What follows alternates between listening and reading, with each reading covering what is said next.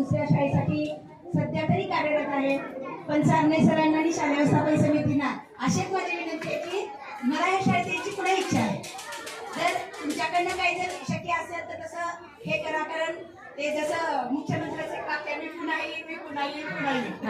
आलो पुन्हा आता तसं मला वाटतं की मी या शाळेत पुन्हा येते त्या तरी शासनाच्या नियमानुसार बघू काय होतंय.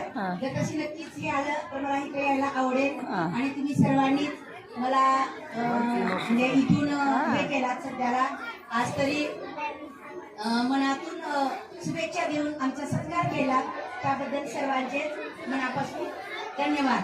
मग अशा मुलीने म्हणली होती मला की मॅडम तुम्ही आम्हाला शिक्षिका नव्हता तर आईसारख्या होता. कारण मला ही मुलं कधीच मला म्हणजे विद्यार्थ्यासाठी जास्त वाटली नाही.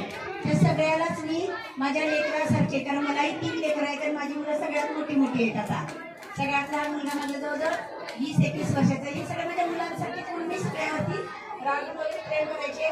तर मी इथून शिक्षिका नाही तर एक आई म्हणून जात आहे आणि माझ्या मैत्रिणीसाठी आणि शिक्षकासाठी इथून जात आहे.